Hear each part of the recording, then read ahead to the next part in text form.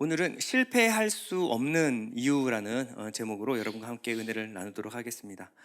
제가 20살 때 큰 반향을 일으킨 책 한 권이 있었습니다. 성공하는 사람들의 7가지 습관이라는 책이었어요. 스티븐 코비가 쓴 이 책은요, 당시의 유행을 넘어서서요, 25년이 지난 지금까지도 자기계발서를 쓰고 있는 사람들에게 영감을 불러일으키고 있는 책입니다. 이 책에 영향을 받은 책 중에 또 한 권이 있는데요, 잭 디 하지라는 사람이 쓴 습관의 힘이라는 책입니다. 이 책에서 기록하는 것은 뭐냐면, 성공하는 사람들의 특별한 능력, 역량이 무엇인가를 성공한 수많은 사람들을 통계를 한번 내봤는데, 일반 사람들보다 특별할 게 하나도 없더라는 거죠. 뭐 IQ가 좋다든지 집안이 좋다든지 뭐 이런 것을 찾아볼 수가 없었다라는 거예요.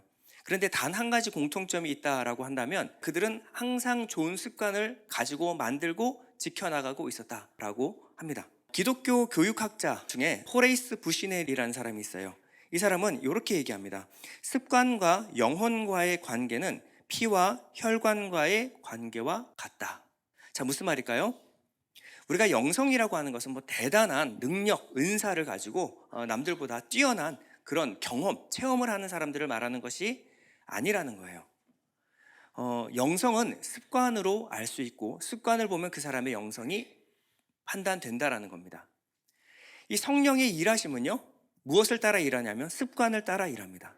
성령 충만한 사람인가 아닌가를 보면, 순간 내가 성령 충만 받아가지고 무언가 대단한 마음에 끓는 마음, 이것이 아니라 성령 충만함은 습관으로 계속해서 되어지는 일상 가운데 나타나고, 만약에 안 좋은 습관을 갖고 있다면 성령께서 나를 통해서 일하실 때 그것이 반드시 걸림돌이 된다라는 말입니다. 예수님을 보면요, 한 가지 습관이 있었어요. 예수님의 습관이 뭐였을까요? 네, 기도하시는 습관이었어요. 예수님은 수많은 기적과 이적을 일으키셨습니다. 병든 자를 고치셨고요, 문둥병자도 고치셨습니다. 그리고 파도 위를, 풍랑 위를 걸으셨어요. 그리고 죽은 자를 다시 일으키셨습니다. 그러나 수많은 그런 이적과 기사 뒤에 예수님의 습관이 하나 있었는데, 바로 기도하는 습관이었어요. 이 능력이 어디서부터 나오는가 제자들이 주목해서 봤겠죠. 그런데 평상시에 먹을 때나 입을 때나 잘 때나 별 다를 바가 없어요. 근데 아침만 되면 일어나셔서 여느 때와 같이 아침 새벽에 기도하러 나가셨습니다. 그것을 성경은 이렇게 기록하고 있어요. 습관을 따라 기도하러 가시더라. 그러니까 제자들이 일어나면 예수님의 머리는 늘 아침 이슬로 젖어 있는, 기도하고 오시는 모습, 이것이 제자들이 봤던 예수님의 일상 모습이었습니다. 그래서 제자들이 그랬죠. 저희에게도 기도를 좀 가르쳐 주십시오. 도대체 어떻게 해야지 그런 습관을 가질 수가 있습니까? 이 정도로 물어봤었어요. 결국 성령 충만은요, 우리가 살아가는 일상을 변화시킵니다. 성령 충만한 사람들은 순간적인 무언가 끓는 마음이 아니라 우리의 일상이 변화되는 것을 통하여 성령 충만한 삶을 사는가 그렇지 않은가를 볼 수 있다는 거예요. 파스칼이라는 사람은 이렇게 얘기했어요. 습관은 제2의 천성이다라고 말했어요. 그런데 한 걸음 더 나가서 제2의 이 천성, 습관은요, 제1의 본성을 파괴할 수 있다, 바꿀 수 있다라는 거예요. 이것은 우리에게 굉장히 깊은 울림을 주는 말입니다. 우리는 예수를 믿으면요, 성령을 은혜로, 은사로 받습니다. 성령 받은 사람은요, 두 번째 천성을 소유하게 되는 거예요. 하나님 아버지의 성품을 소유하게 됩니다. 근데 이것이 얼마나 큰 능력이 있냐면 제1의 본성을 파괴하고도 남을 능력이 있다는 거예요. 자, 그러면 습관의 중요성에 대해서는 여러분들이 충분히 이해하시고 굳이 제가 설명드리지 않아도 다 알고 계실 거라 생각을 합니다. 여러분이 2023년도 무언가 목표를 세우시고 내가 올해부터는 무언가를 시작하리라 결심하신 것들이 있으시죠? 평생 숙제, 다이어트, 영어 공부, 이 두 가지는 빠짐이 없어요. 그렇죠? 규칙적인 습관과 운동, 이런 것들은 우리가, 여러분 이 중에서 그거 해야 된다는 걸 모르시는 분 계신가요? 필요가 없죠. 늘 매년마다 연초마다 각오하는 것이 바로 이겁니다. 자, 이제 1분기가 끝났어요. 4분의 1이 지나갔습니다. 여러분 계속 지키고 계시는 분 잘 없으시죠? 연초에 우리가 각오했던 이 각오가요, 3달을 못 갑니다. 3달을 못 가요. 이것은 전체 비율로 봤을 때도 8% 미만의 사람들만 지킬 수 있다라고 말하고 있어요. 자, 우리는 왜 이런 좋은 습관 만들기에 항상 실패하는 것일까요? 습관은요, 그냥 단순히 우리가 안다고 되는 것이 아니에요. 습관은요, 일정 기간 끊임없는 반복을 해야 합니다. 이 반복이 어려운 거죠. 그렇죠? 3개월만 지속하면 그다음부터 힘들지 않다라는 거 다 아실 거예요. 근데 3개월을 끊임없이 지속하기가 어렵습니다. 자, 그러면 우리가 실패하는 이유에 대해서 한번 살펴보겠습니다. 실패하는 이유. 첫 번째, 방법을 몰라서. 어떻게 해야 되는지 알지 못해서. 자, 여러분 운동하고 영어 공부하고 그리고 규칙적인 식습관, 방법을 모르시는 분 없으시죠? 자, 방법을 몰라서는 아닌 것 같아요. 누가 가르쳐줘야 하는 거 아닙니다. 두 번째, 동기부여가 부족해서. 끊임없는 동기부여가 필요한데 여러분 거울 앞에만 서시면요 충분히 동기부여가 됩니다. 동기부여가 부족한 것 같지는 않습니다. 그렇죠? 그러면 우리가 거울을 보는 순간 동기부여가 올라올 텐데 하려는 의지가 왜 따라오지 못할까? 세 번째, 구체적인 실천 방안을 세우지 못해서.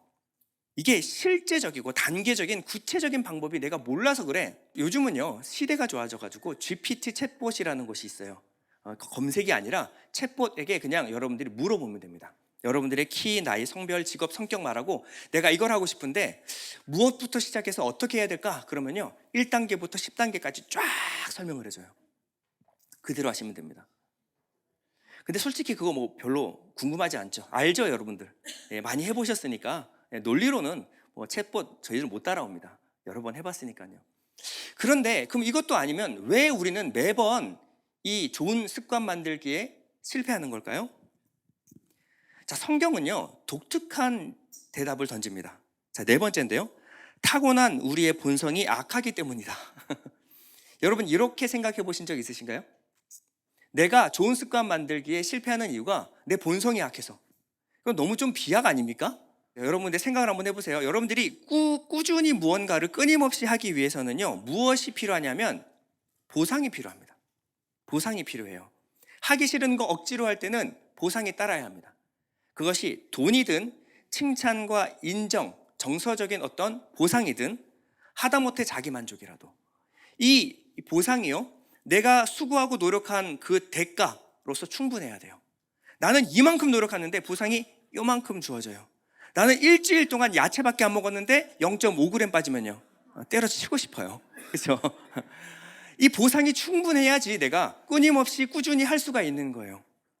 그런데 이 보상이 우리가 이 좋은 것을 할 때 많이 마음속에서 올라오질 않아요. 좋은 습관을 만들 때 우리 안에서 야 내가 지금 이러자고 내가 다 잘 먹고 잘 살자고 하는 것이지 내가 이러자고 내가 여기까지 해야 돼? 이러는 순간 하고 싶지가 않아요.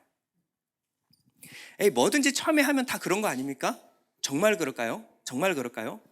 정말 안타까운 것은요 좋은 습관 만들기는 너무 힘든데 나쁜 습관 만드는 것은요 아주 쉽습니다. 조금만 주의를 기울이지 않으면 바로 우리 몸에 나쁜 습관이 배입니다. 신혼부부들이 제일 많이 싸우는 것은요 대단한 당신이 나를 사랑하느냐 뭐 이런 문제가 아니에요.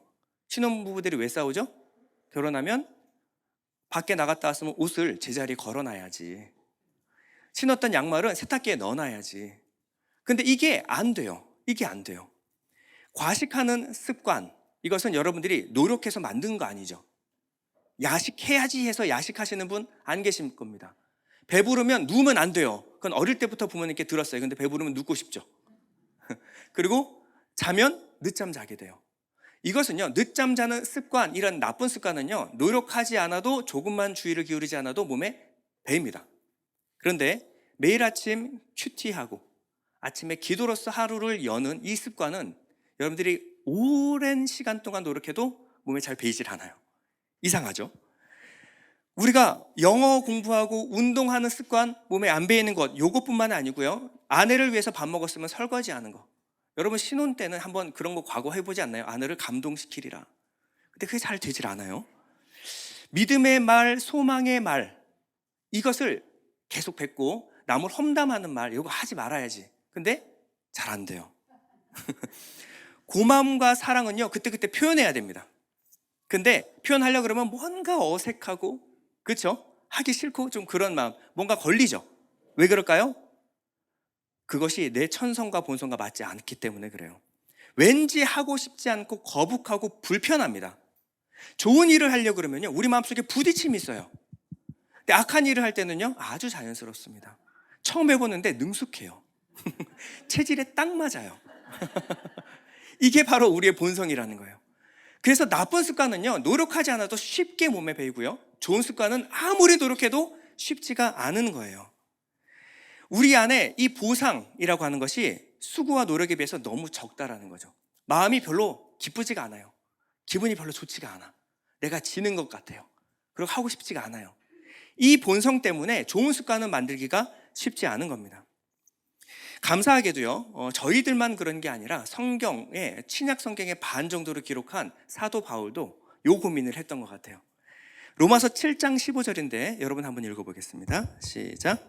내가 행하는 것을 내가 알지 못하노니 곧 내가 원하는 것은 행하지 아니하고 도리어 미워하는 것을 행함이라. 로마서 7장 18절도 한번 읽어볼게요. 내 속 곧 내 육신에 선한 것이 거하지 아니하는 줄을 아노니 원함은 내게 있으나 선을 행하는 것은 없노라.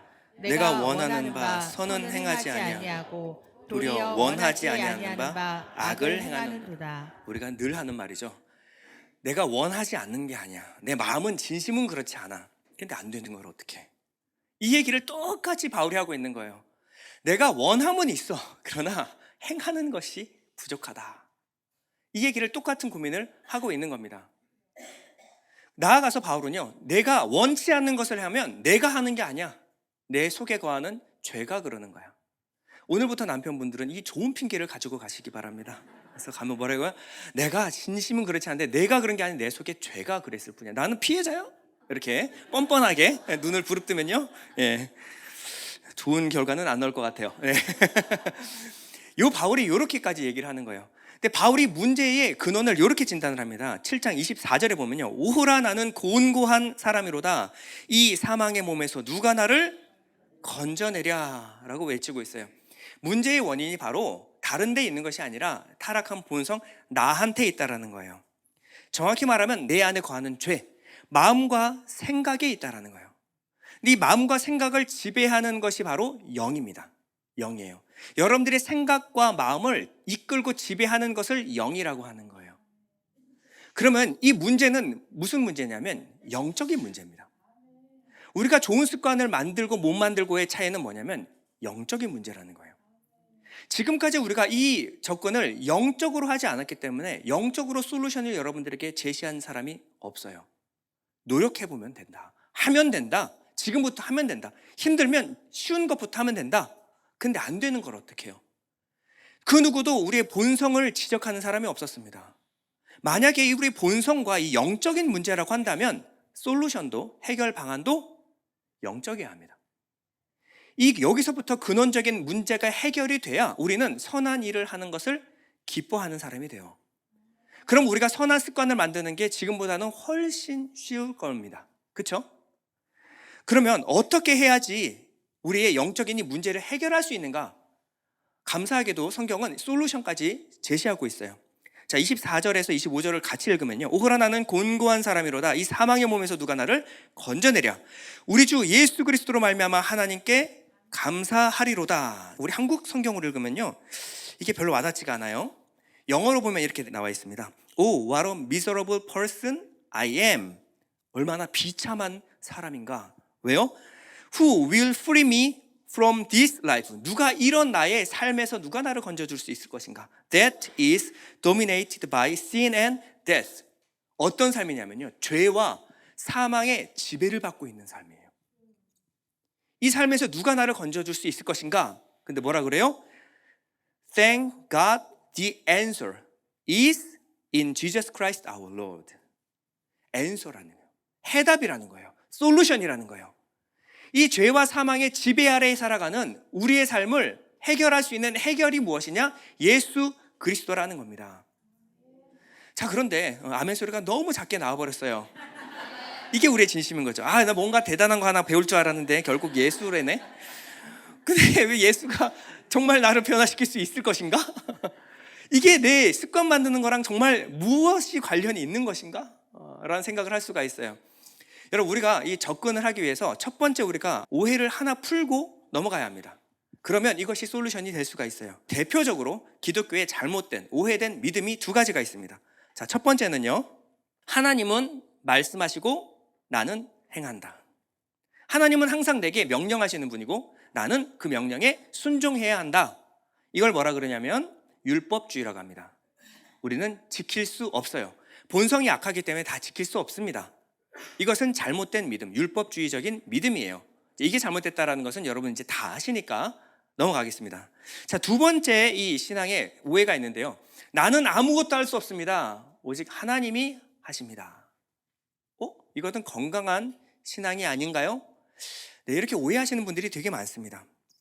이렇게 생각하면요, 개인의 책임과 의무로부터 자유할 수가 있어요. 나는 아무것도 못하니까 하나님이 하시는 거니까 하나님이 하실 때까지 나는 기다리자. 여러분 집에 시집 홍기가 꽉 찬 딸이 하나 있는데 어느 날 이 말을 듣고 용기를 얻었어요. 위안을 얻었습니다. 하나님이 내 배우자를 예비해 두셨대. 하나님이 다 하실 거야. 그러니까 창세전 작정하고 예비하신 이 배우자는 언젠가 내가 노력하지 않아도 하나님이 다 내 눈앞에 딱 나타나게 할 거야. 그리고 휴일만 되면 소파에 앉아가지고 감자칩 먹으면서 넷플릭스 하루 종일 보고 있어요. 밖에 나가지도 않아요. 그러면 배우자가 눈앞에 떡 나타날까요? 차라리 로또 당첨되는 걸 기다리십시오. 로또 당첨, 그 희박한 확률도 로또 사야지 당첨됩니다. 집안에만 있는데 어떻게 하나님의 창세전 예정된 배우자를 만납니까? 밖에 나가서 찾아야죠. 하나님이 예비하신 배우자를 찾아야죠. 우리가 이 신앙을 갖고 있을 수가 있어요. 여러분, 우리가 오해하지 말아야 될 것은 죄사함과 구원은요, 하나님이 하십니다. 우리가 어떠한 노력으로도 할 수 없고요. 우리가 어떠한 시도를 하는 그것도 조차 하나님께 대한 불신이에요. 하나님이 완전하게 행하시고 성취하셨습니다. 예수님이 다 이루었다라고 말씀하셨어요. 그러면 내 죄 사함과 내 구원이 복음의 전부라고 한다면 우리가 할 게 아무것도 없어요. 여기까지는 하나님이 하시는 거니까. 그러면 성령님을 우리에게 보내주실 이유가 전혀 없어요. 예수님이 다 이루셨는데 굳이 왜 성령을 우리에게 보내주십니까? 여러분, 복음은요, 죄사함과 구원이 아닙니다. 그것이 목적이 아니에요. 그것은 과정이고 수단이에요. 복음은요, 우리에게 성령을 주어 하나님의 일을 하게 하는 것까지가 복음입니다. 우리에게 성령을 주어 우리를 변화시켜서 하나님의 일을 하게 하는 것, 거기까지가 복음이에요. 이것을 하나님 나라의 복음이라고 합니다. 하나님이 하나님 되시고 하나님의 뜻과 계획이 나를 통해서 이루어지는 것을 뭐라 그러냐면 하나님 나라라고 합니다. 그럼 올바른 신앙은 무엇입니까? 올바른 신앙은 하나님이 나를 통해 그 뜻을 이루신다라는 거예요. 여러분, 올바른 믿음은 무엇입니까? 하나님이 하신다? 아니고요. 내가 한다? 아니고요. 하나님이 나를 통해 일하신답니다. 그럼 반드시요, 이 복음은요, 내 안에서 변화를 일으켜야 합니다. 예수를 믿으면요, 내 안에 체질이 바뀌어야 합니다. 성령을 받으면요, 내 안에 성품이 또 다른 성품이 들어와서 그 성품이 내 이 제1의 천성을 파괴해야지 맞습니다. 이게 복음이에요. 복음의 내용은 아무리 화려하고 아무리 대단한 건데 그것이 내게 맨날 똑같은 메아리로만 들린다면 복음이 내 안에 적용되지 않은 거예요. 복음을 안 믿는 것도 아니고 복음을 다 아는데 부정할 수도 없는데 이 복음이 내 삶의 실제가 되지 않는다면 복음은 어떠한 내 안에서 변화도 그리고 능력도 되지 못합니다.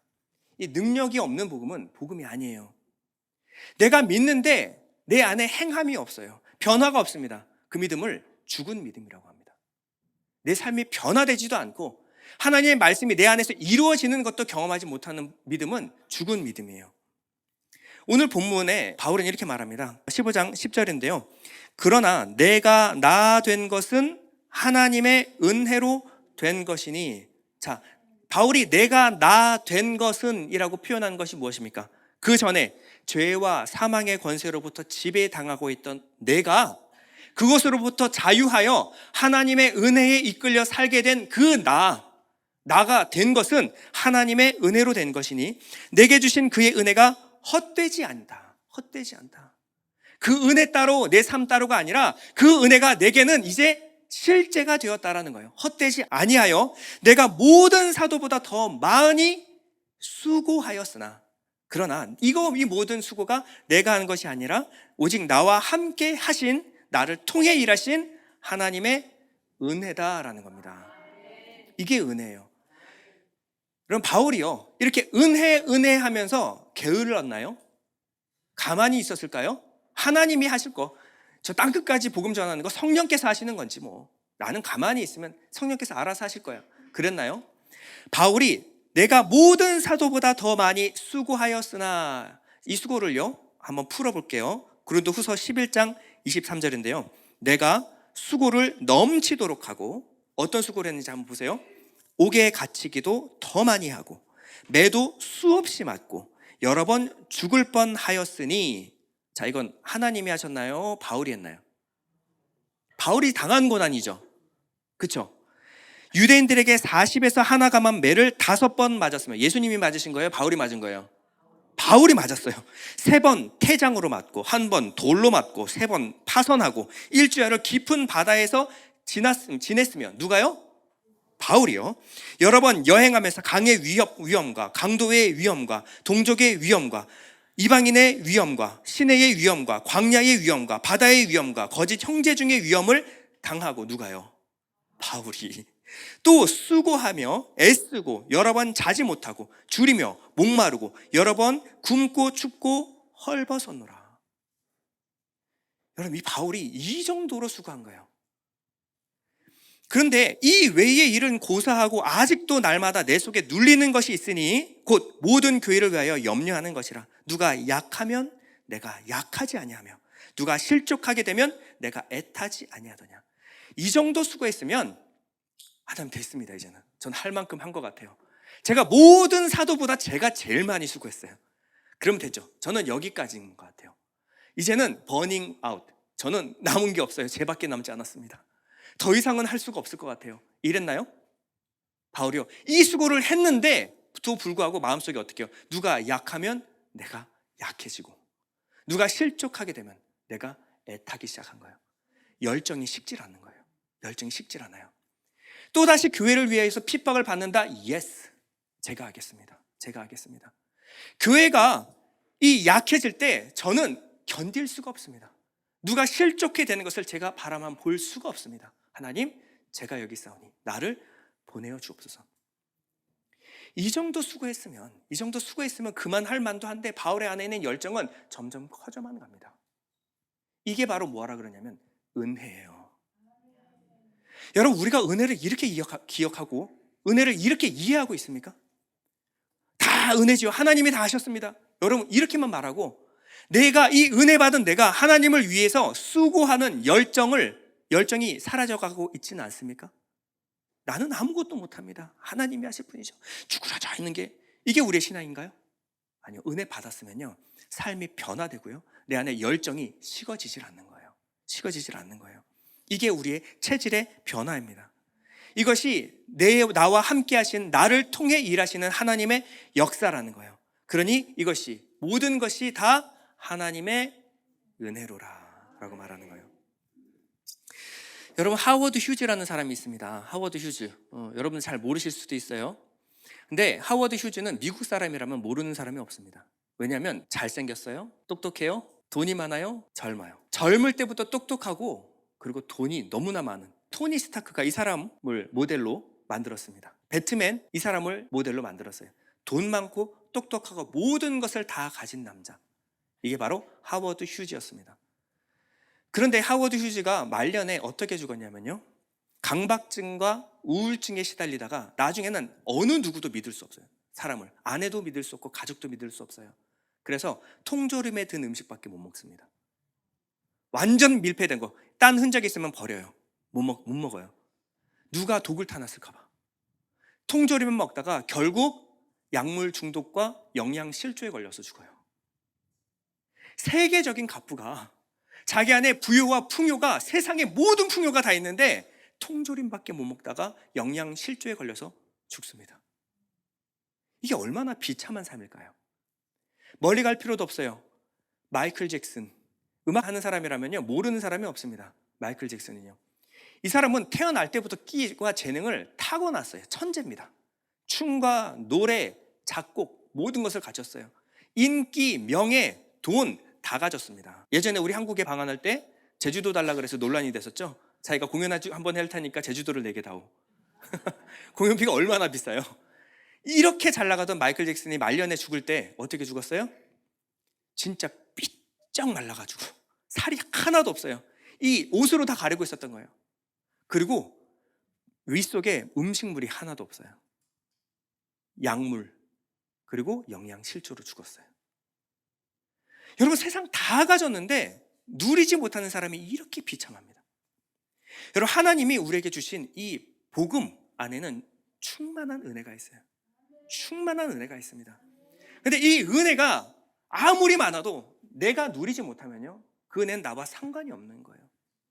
하나님이 나를 사랑하셔서 자기 아들을 주기까지 나를 사랑하셨는데, 자기의 목숨을 주기까지 나를 사랑하셨는데, 그 사랑과 내 삶이 분리가 되어 있다면 그 복음은 그냥 울리는 꽹과리고 그냥 울리는 메아리에 불과한 허무한 것입니다. 내 삶에 하나도 변화되지 않았어요. 그러면요, 나하고 상관없는 겁니다. 진수성찬이 차려져 있어요. 내가 못 먹으면 아무 상관없는 거예요. 이 비참한 삶이 바로 제 젊었을 때의 삶이었습니다. 제가 바로 하워드 휴즈 같은 사람이었어요. 저는 목회자 가정에서 태어났습니다. 어릴 때부터 풍성한 은혜를 듣고 배우면서 자라났어요. 하나님 말씀을 암송하고 배우고 그렇게 충만한 것들을 누리고 자랐습니다. 영적인 좋은 유산들, 습관들을 만들어주셨어요. 기도하고 큐티하고. 그런데요, 그 모든 게 내 마음을 변화시키지는 못하는 거예요. 어느 순간이 되면요, 수련회를 갔다 오면 감동을 받습니다. 눈물 철철 흘리면서 감동을 받아요. 그러면 3일 후면 제정신이 듭니다. 3일 후면 제정신이 들어요. 뭔가 대단한 일이 한번 일어나면요, 길면 일주일에서 열흘 갑니다.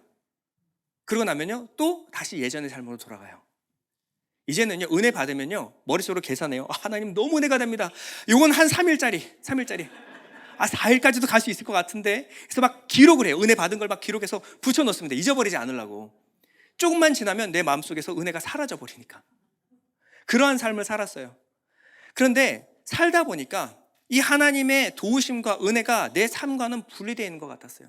하나님의 은혜는 은혜고 내 삶은 내가 살아내야 돼요. 너무 피곤하고 힘든 상황에서도 어느 누구한테 가도 도움을 구할 수 있는 사람이 없었어요. 누구한테 물어봐야 되는지도 몰랐어요. 그냥 이 철벽 같은 세상에 저는 너무 왜소하고 초라한 능력을 가진 사람이었습니다. 발버둥 쳐도 중간도 가기 힘든 사람이었어요. 버려진 것 같고 혼자 된 것 같았어요. 그리고 이 원망은 내 자신에게 돌아왔습니다. 그래, 내가 하는 게 고작 여기까지지 뭐. 내가 하는 게 다 그렇지 뭐. 이제는 저한테 기대조차 하지 않았어요. 실망할 대로 실망하고 나를 원망했어요. 내 탓을 했어요. 너무 위로가 필요하던 시절, 그리고 소망이 필요하던 시절, 늘상같이 이 복음에 대해서 책을 읽다가 이 복음의 한 구절이 저한테 와닿았습니다. 어떤 구절이었을까요? 한 번도 들어보지 못한, 아니요, 어릴 때부터 지금까지 들어왔던 한 구절. 하나님이 너를 사랑하신다. 하나님이 나를 사랑하신다. 제가 몇 번 들었을까요? 수십만 번 들었을 것 같아요. 근데 그날 그 말이 제 마음에 박히더니 빠지질 않아요. 이게 메아리로 계속해서 가슴을 치는데 나중에는 가슴이 터질 것 같았습니다. 내가 너를 사랑한다 라는 말이에요. 카페에서 고상하게 책을 읽었어요. 책 읽는 남자처럼 보이고 싶었거든요. 이렇게 보고 밖에 있는 사람들은요, 혼자 앉아 있으니까 나는 혼자 온 게 아니라 책을 읽으러 온 거야 라고 책을 읽고 있었고, 굉장히 조용한 음악, 아름다운 음악과 사람들이 화려한 조명 아래서 막 자기들끼리 수다를 떨고 있는 상태에서 제가 이것을 보고 손을 떨고 눈물을 이렇게 참고 있으니까 이게 얼마나 좀 사람들이 보기에 민망했겠습니까? 있을 수가 없었어요. 그래서 잠깐 바깥으로 나왔습니다. 그리고 사람들이 없는 골목에 주저앉았는데 그때부터 1시간에서 2시간을 울음이 멈추질 않았습니다. 딱 한 가지예요. 내가 너를 사랑한다. 근데 그게 하염없이 제 마음속에 위로가 되고 그것이 한없이 저한테 믿어지기 시작했습니다. 수만 번 복음을 들었는데 저를 위한 복음, 나를 사랑한다는 이야기는 그때 처음 들었던 것 같아요. 그리고 일어나지 못해요. 2시간 동안 울고 있는데 하나님이 저를 안아주시면서 요 한마디를 했어요. 너는 가난하고 초라한 그저 길거리 아이가 아니야. 너는 가난하고 초라한 종놈이 아니다. 너는 내 목숨을 줘도 아깝지 않을 내 사랑하는 아들이야. 여러분, 그게 믿어지니까요. 그게 내한테 실제가 되니까 내가 지금까지 허상으로 믿고 있었던 아버지가 내 아버지가 되었습니다. 하나님 아버지가 내게 실제가 되니까 하나님 아버지의 모든 말씀이 제게 실제가 되었습니다. 진짜 세상에 찌그러진 불량품. 여러분, 명인들은요, 자기가 만들다가 불량품이 나오면요, 흔적도 없이 박살내버립니다. 자기 이름에 조금이라도 흠이 갈까봐 그런 조금 돌려보고 조금이라도 흠이 있으면 갖다 버려요. 그런데 세상에서 가장 찌그러진 불량품, 쓰레기 같은 저를 사랑하다 미쳐서 자기 목숨을 주기까지 사랑하셨다는 말이 제 마음속에 믿어지기 시작한 겁니다. 저는 뒤틀린 인격을 갖고 있었어요. 저는 누구에게도 사랑받을 수 있는 자격이 없었습니다. 가시가 돋쳐서 항상 사랑하는 사람을 상처 주고 항상 사람들에게 원망하고 오해하고 이런 인격을 갖고 있었어요. 누구도 저를 사랑할 수 없었어요. 그런데 하나님이 저를 품어주셨습니다. 하나님이 저를 사랑하신 후에 이 말씀이 다르게 읽혔어요. 로마서 8장 32절인데 여러분 다 같이 읽어볼게요. 시작. 자기 아들을 아끼지 아니하시고 우리 모든 사람을 위하여 내어주시니가 어찌 그 아들과 함께 모든 것을 우리에게 주시지 아니하겠느냐. 여러분, 복음이 법적으로만 하나님이 나를 양자 삼아주시는 거라고 하면요, 우리가 거듭날 필요가 없습니다. 하나님이 선포하시면 돼요. 이제부터 너는 내 아들이다. 그런데요, 우리가 하나님의 자녀된 것은 어떻게 자녀가 되었습니까? 거듭난 거예요. 거듭난 겁니다. 거듭난 것은 위로부터 난 것, 하나님의 품에서 다시 태어난 거예요. 그러면 저는 하나님 아버지의 양자입니까? 친자입니까? 친자식입니다. 여러분, 길거리 자식을 불쌍해서 주워와서 씻기고 먹여주고 입혀주면 이 양자된 사람은 양아버지한테 너무 고맙긴 한데 아무것도 말할 수 없어요. 배고파도 참아야 합니다. 힘들어도 꾹 참고, 아니 나를 데려다가 씻기고 키워준 것만 해도 감사한데 내가 뭘 요구하겠어요, 아버지께. 그렇죠? 눈치 보면서 살아야 합니다. 그런데 제가 친자가 되면요, 아버지하고 나하고는 막힌 담이 없어요. 결례라는 거 없습니다. 언제든지 아버지한테 가서 힘들다 배고프다 투덜거릴 수 있고요. 아버지한테 힘들 때마다 아버지 저 좀 안아주세요. 아버지한테 하루 종일 있었던 얘기 아버지 스케줄 다 무시하고 아버지한테 털어놓을 수가 있습니다. 이게 아들 된 권세예요. 이 핏덩이로 울음을 시작한 이후로, 제가 거듭난 이후로, 하나님 품에 거듭난 이후로 하나님은 제게 단 한 번도 눈을 뗀 적이 없어요. 단 한 번도 눈을 뗀 적이 없습니다. 저는 거듭나고 나서 바로 좋은 사람이 되지 못했습니다. 넘어지고 엎어지고 예전과 별 다를 바 없는 삶을 살았어요. 그런데 달라진 게 하나 있다면, 넘어졌는데 엎어졌는데 하나님이 제 손을 붙잡아 주시고 괜찮아? 괜찮아? 문제 없어. 내가 너를 여전히 사랑한다. 확인시켜 주는 거예요. 여러분, 넘어졌을 때 안기면요, 이상하게 아팠던 것이 금방 괜찮아집니다. 이상하죠? 하나님 품이 있으니까 넘어져도 다시 일어날 수가 있더라는 거예요. 하나님을 기쁘게 해드리고 싶었어요. 그래서 몇 번 시도해봤습니다. 근데 작심삼일, 제가 하는 게 그렇죠 뭐.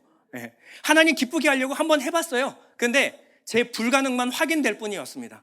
3일, 고작 3일, 4일째 다시 아버지 눈치를 봅니다. 그때 아버지가 저한테, 아들 잘했어. 난 네가 해낼 줄 알았어. 제 3일을 3걸음 뛰었는데, 단 3걸음 뛰었는데 그것을 박수치고 칭찬해 주시는 거예요. 우리 아들 역시 우리 아들이다. 잘했어. 난 너를 믿고 있다. 그러니까요, 다시 일어나게 돼요. 다시 툭툭 떠고 다시 하게 되더라는 거예요. 저를 원망하고 제게 실망하는 시간이 짧아지기 시작했어요. 그러니까 금방 일어서게 되더라는 거예요. 다른 어떠한 보상, 그거보다 하나님의 인정과 칭찬이면 충분했습니다. 충분해요. 그리고 또다시 작심삼일이지만 3일이 반복되니까요, 이것이 꾸준하게 지속되기 시작했습니다. 저도 때로는 평범하게 살고 싶을 때도 있고 세상과 타협하고 싶을 때가 왜 없겠습니까? 힘들죠.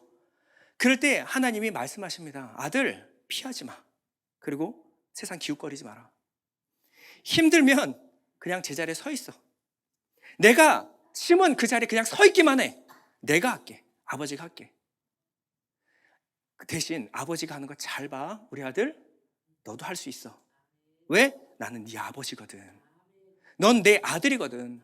네가 내 전부거든. 그러니까 할 수 있어. 결코 두려워하지 마라. 내가 너와 함께 하겠다. 여러분, 이 말씀이 있고 난 뒤부터는요, 제 삶이 변화되기 시작했습니다. 제 정체성이 달라지기 시작했어요. 그저 세상에 버려진 고아와 같은 사람이 아니라 하나님의 아들이라는 것이 믿어지기 시작했어요. 언제? 아버지가 제 아버지가 되어주시니까, 항상 신실하게 아버지가 되어주시니까 제가 아들임을 점점 믿어지기 시작한 겁니다. 여러분, 하나님이 여러분에게 어떤 분이십니까? 그저 허상 아닙니까? 여러분, 복음이 여러분에게 그냥 울리는 메아리 같지 않습니까? 여러분, 남의 복음이 아니라 여러분의 복음이 되기를 소원합니다. 남의 아버지 아니라 내 아버지로 하나님을 영접하십시오. 그럴 때는 여러분의 삶이 변화되기 시작합니다. 여러분, 은혜는요, 게으르지 않습니다. 은혜는 나약하지 않습니다. 은혜는 더 많이 수고합니다. 그러나 은혜는 지치지 않습니다.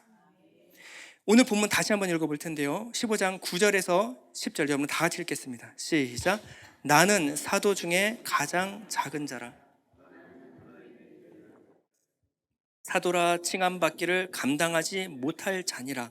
그러나 내가 나된 것은 하나님의 은혜로 된 것이니 내게 주신 그의 은혜가 헛되지 아니하여 내가 모든 사도보다 더 많이 수고하였으나 내가 한 것이 아니요 오직 나와 함께 하신 하나님의 은혜로라. 아멘. 여러분, 우리 천성은 악합니다. 그러나 우리에게 하나님의 성품을 심어주셨어요. 이 두 번째 천성은 첫 번째 본성을 파괴할 수 있는 능력이 있습니다. 나는 약해요. 그러나 하나님은 강하십니다. 우리는 쉽게 좌절하고 포기합니다. 그러나 하나님은 결코 저를 포기하지 않으십니다.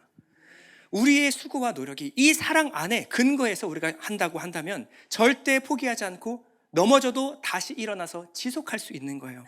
우리의 능력이 내 능력으로는 3일밖에 가지 못하지만 내 속에 주신 그 성령의 능력으로 일할 때 우리는 다시 할 수 있습니다. 성령의 능력으로 일하시는 여러분 되기를 축원드립니다. 우리 잠시 눈을 감고 기도할 텐데, 하나님, 내 아버지가 되어 주십시오. 하나님, 복음이 내 복음 되게 하여 주시옵소서. 자기의 목숨조차 주어서 사랑하신 하나님의 사랑이 나를 향한 사랑이 되게 하여 주시옵소서. 이것이 깨달아져서 내 삶이 변화되기를 소원합니다. 한번 더 기도하겠습니다.